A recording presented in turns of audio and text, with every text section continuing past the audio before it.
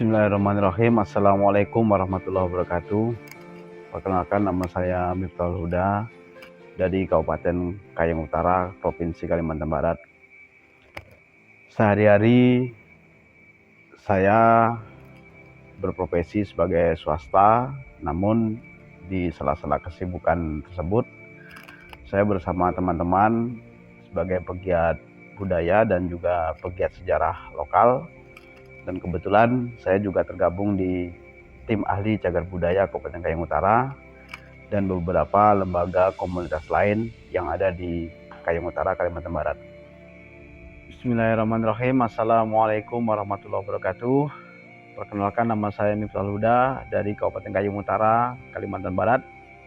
Sehari-hari saya bekerja sebagai swasta.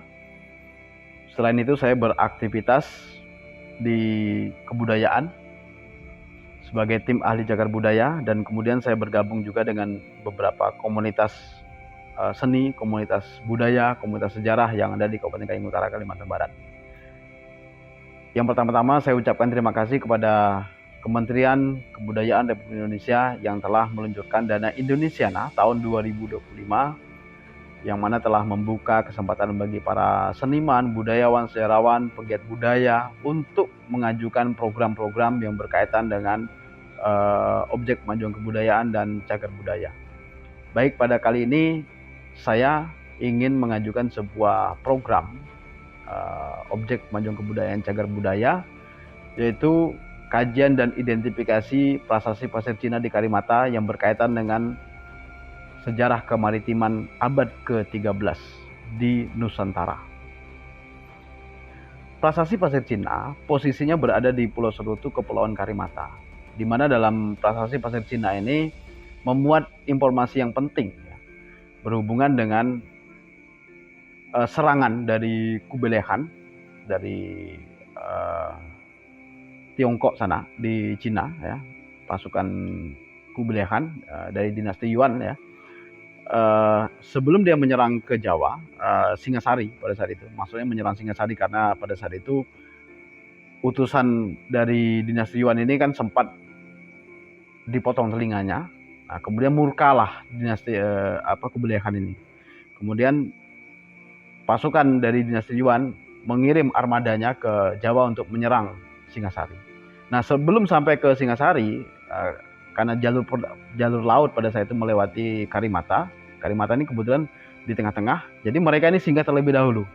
Singgah di sana dengan tujuan yang pertama adalah mengisi air, ya, mengisi bahan baku air dan kemudian logistik yang lain dan juga memperbaiki kapal. Ini salah satu informasi penting yang terdapat di prasasti pasir Cina. Dengan adanya prasasti pasir Cina yang berada di Pulau Serutu, Kepulauan Karimata, ini meneguhkan tentang bagaimana hubungan antar bangsa yang telah terjadi pada abad ke-13, ya, antara Cina dan Nusantara pada saat itu. Jadi interaksi antara bangsa ini sudah terjadi pada saat itu di masa tersebut, ya. Dan sekaligus ini meneguhkan bahwa perairan Karimata ini menjadi jalur pelayaran penting pada abad ke-13.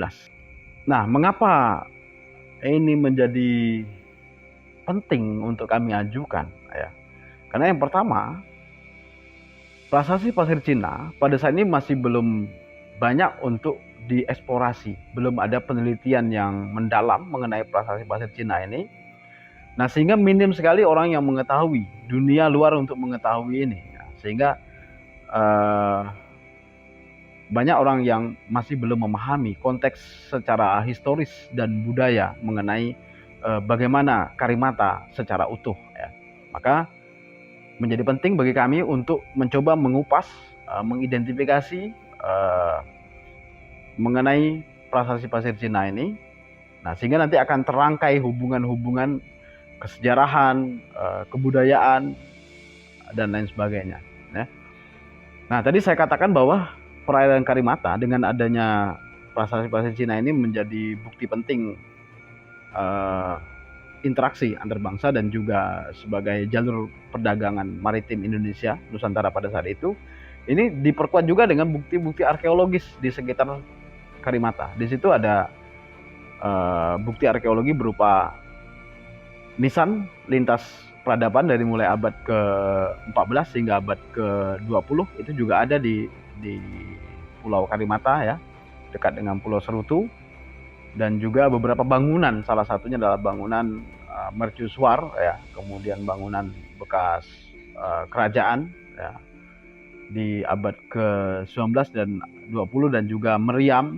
Nah, ini juga mengukuhkan tentang bagaimana jalur pelayaran penting ya, bahwa Karimata jalur pelayaran penting dan juga tempat persinggahan yang penting pada masa itu. Nah, tentu kajian kami ini akan kami komparasi dengan data-data yang lengkap nantinya dari berbagai sumber dan manuskrip di sana ya.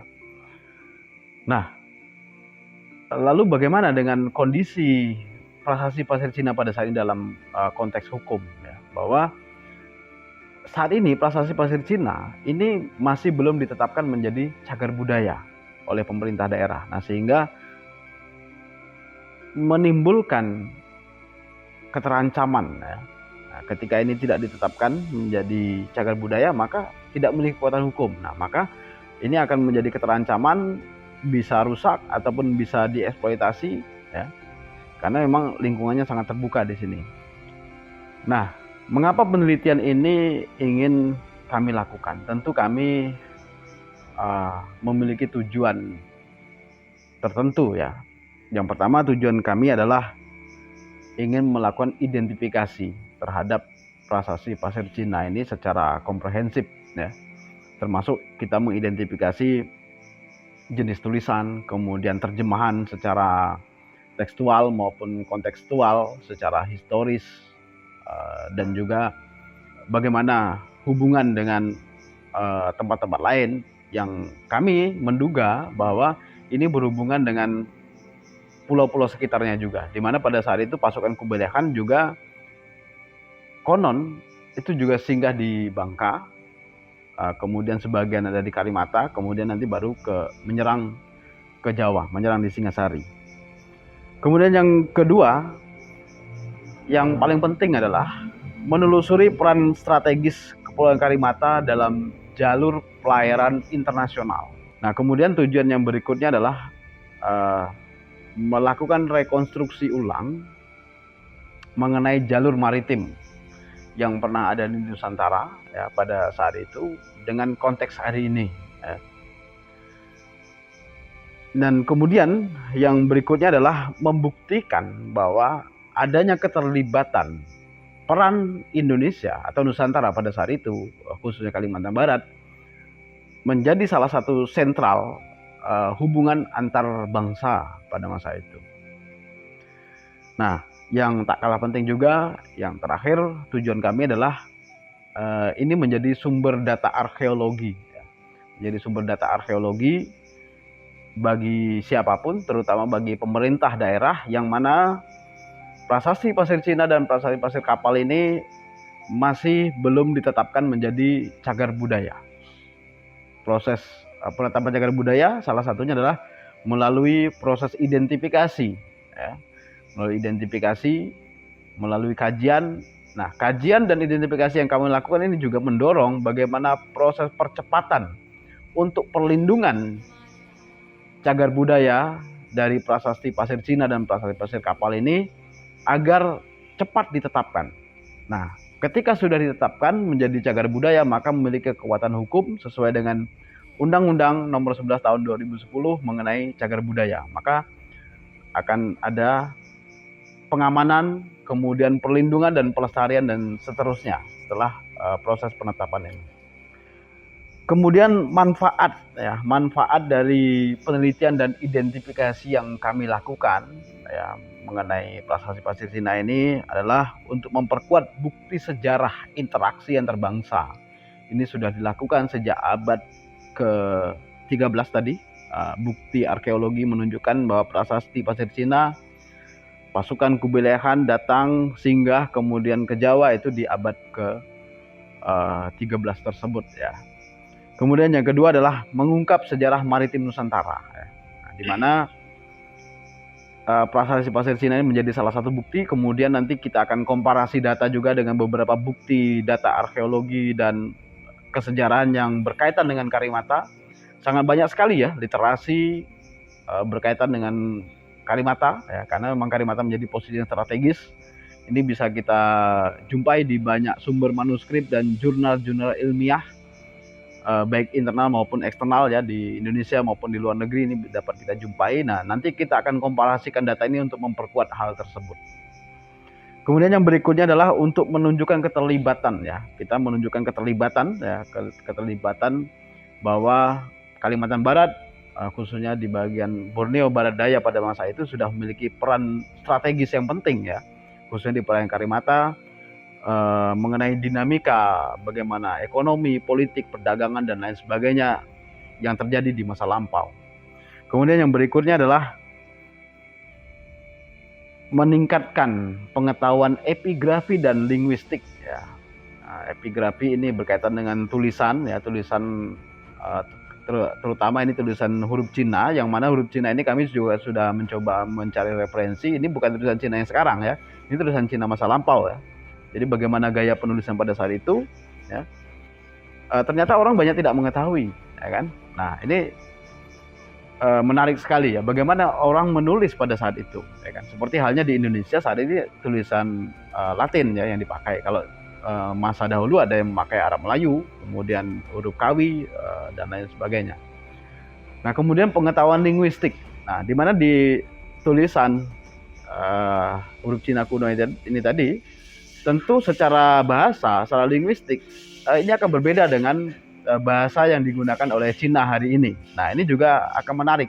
Ini bagaimana kita memahami konteks penulisan dan berbahasa pada saat itu pada bangsa yang lain. Kemudian yang terakhir, manfaatnya terakhir adalah memperkuat identitas maritim bangsa. Nah, mengingat bahwa kita Indonesia sebagai negara maritim yang mana ada lagu nenek moyangku seorang pelaut ya, itu menunjukkan bahwa negara kita ini memang negara maritim ya pada saat itu. Karena sampai ada lagunya seperti itu. Bahkan kita kalau membaca sejarah-sejarah Nusantara di berbagai banyak kerajaan ya, baik itu dari mulai Sriwijaya, Majapahit, Demak, ya kan, Singasari dan lain sebagainya, selalu identik dengan bagaimana nenek moyang kita, orang-orang di zaman kerajaan pada saat itu melakukan pelayaran yang luar biasa. Bahkan ada Jung Java ya, Jung Java pada saat itu cukup terkenal sekali ya dalam sebuah historiografi tradisional mengenai tentang Jung Java tersebut. Nah ini akan mempengaruhi identitas kita ya, bahwa kita sebagai negara maritim yang memiliki kekayaan sejarah, memiliki kekayaan budaya dan pengetahuan tradisional di kemaritiman ya, yang hari ini kita sudah mulai luntur bagaimana identitas kita mengenai sejarah kemaritiman tersebut. Mengenai kegiatan, konsep kegiatan. Nah, konsep kegiatan yang kami lakukan adalah pertama, kami tentu akan melakukan penelitian di lapangan, riset di lapangan secara langsung.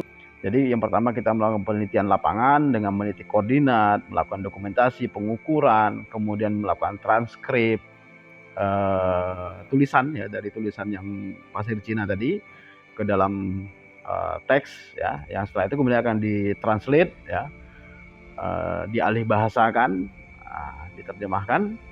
Nah setelah itu kita akan memahami konteks historisnya.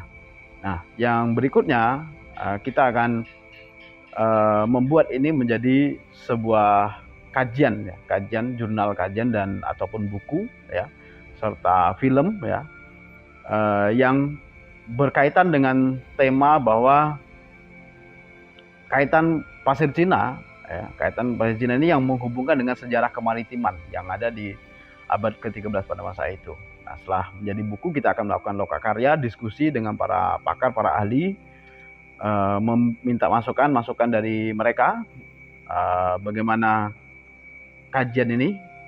Setelah itu kemudian nanti kita akan cetak ya, kemudian filmnya akan kita jadikan, dan ini akan menjadi sebuah pengetahuan baru, akan menjadi pengetahuan yang langka ya, karena mengingat bahwa prasasti pasir Cina ini berhubungan dengan dunia luar. Di Indonesia ini sangat langka ya, prasasti yang berkaitan dengan antar bangsa ya. dengan dunia luar ya. Mungkin ya banyak itu hubungannya hanya di lokal di Indonesia. Nah, kan tapi ini sangat menarik. Palestina ini berhubungan dengan peradaban antarbangsa antara Indonesia dan Tiongkok pada masa itu.